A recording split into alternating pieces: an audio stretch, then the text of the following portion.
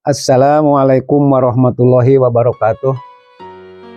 Alhamdulillahirabbil alamin wa bihi nasta'inu wa ala umurid dunya waddin wassalatu wassalamu ala asrofil anbiya wal mursalin wa ala alihi wa sahbihi wa barik wa salim ajma'in amma ba'du. Allahumma ftah alaina hikmataka wangsur alaina rahmataka ya jalla jalali wal ikram. Pertama-tama puji syukur kita panjatkan kehadirat Allah Subhanahu wa taala yang telah memberikan kepada kita nikmat sehat, nikmat Islam, nikmat iman serta nikmat Islam sehingga sampai pada hari ini kita masih diberikan kesehatan dan diberikan kekuatan sehingga kita masih dapat melakukan untuk thalabul ilmi. Sholawat serta salam tak lupa kita curahkan kepada junjungan kita Nabi Agung Muhammad SAW beserta keluarganya, para sahabatnya, sampailah kepada umatnya akhir zaman. Amin ya Allah ya Rabbal Alamin. Bapak Ibu yang dirahmatin Allah Subhanahu wa taala, hati merupakan salah satu organ tubuh manusia yang merupakan fungsi penting bagi kesehatan tubuh. Mulai dari menghancurkan racun di dalam saraf, menghasilkan protein hingga membantu proses pencernaan. Dalam pandangan Islam, hati merupakan hal pokok dari segala perilaku manusia. Jika hati kita baik, maka perilaku kita pun akan baik. Akan tetapi bila hati kita buruk, maka akan berakibat buruk terhadap perilaku manusia. Hati yang buruk disebut dengan hati yang berpenyakit, ya Pak ya, yang punya penyakit. Penyakit hati sering diidentikan dengan beberapa sifat buruk atau tingkah laku yang tercela. Al-akhlaq al-mazmumah. Nah, penyakit hati yang pertama diantaranya adalah sikap sombong atau takabur. Nah, apa sifat sombong takabur itu?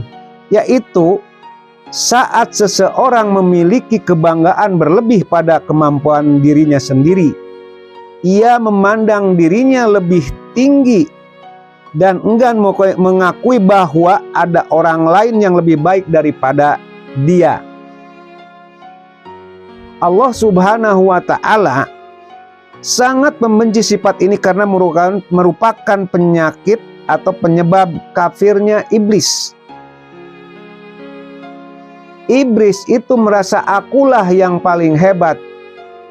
Dia sombong sehingga dia diusir dari surga. Nah, dalam Al-Qur'an di surat Al-Isra ayat 37 kita diminta untuk menjauhi sifat sombong. Wala tamsi fil ardi maroha innaka lan tahriqal arda walan tablugol jibala tola. Dan janganlah engkau berjalan di muka bumi ini dengan sombong, karena sesungguhnya engkau tidak akan dapat menembus bumi dan tidak akan mampu menjulang setinggi gunung. Kedua adalah mengagumi diri sendiri, yaitu ujub. Sifat sombong ada karakter ujub yang merujuk pada kecenderungan mengagumi diri sendiri. Kebiasaan inilah yang menjadi akar sombong di dalam hati seseorang.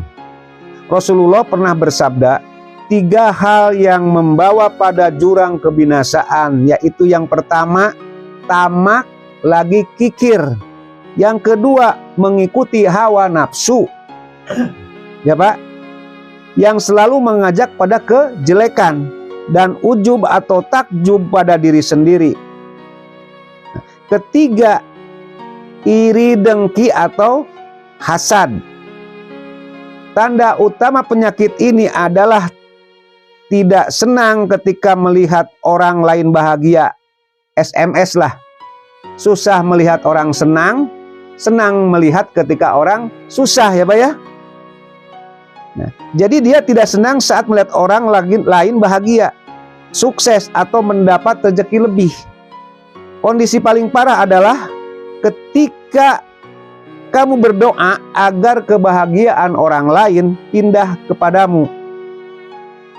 Perlu dipahami, iri dengki adalah salah satu penyakit yang bisa menggugurkan pahala. Ini senada dengan ucapan Rasulullah dalam hadis riwayat Abu Daud, waspadalah terhadap hasad. Sesungguhnya hasad mengikis pahala-pahala sebagaimana api memakan kayu. Habis ya Pak pahala kita. Terus yang keempat, ria. Tahu ria nggak Pak? Ria itu pamer, suka pamer. Sifat ini muncul justru saat kita melakukan hal-hal yang baik. Orang dia itu justru munculnya saat ketika melakukan hal-hal yang baik. Hati-hati, perilaku seperti ini bisa menghilangkan pahala dari amalan kebaikan.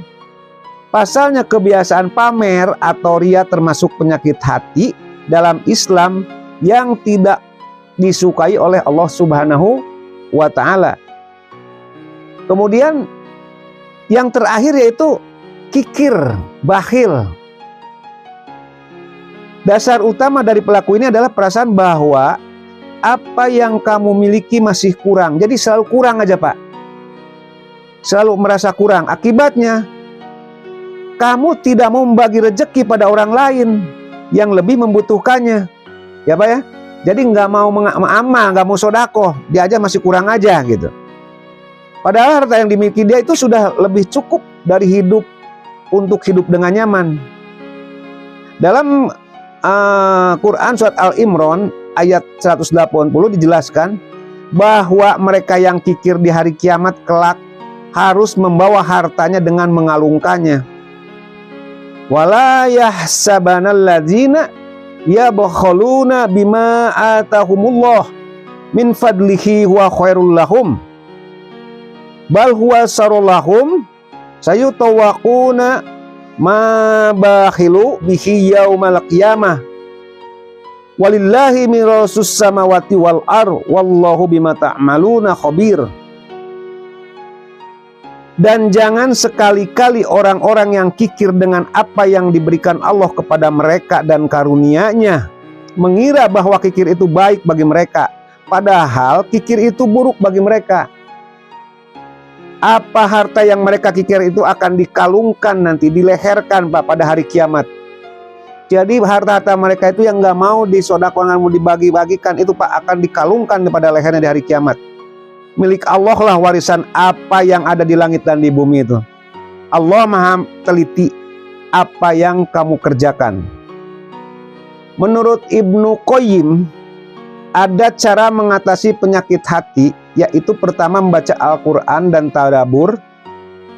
Tadabur itu merenungkannya. Kemudian yang kedua, rajin mengosongkan perut atau saum. Jadi kita akan merasakan bagaimana susahnya orang yang nggak punya ya Pak, dia untuk makan aja susah. Terus ketiga, mendirikan salat malam, tahajud, kita bisa merenungkan.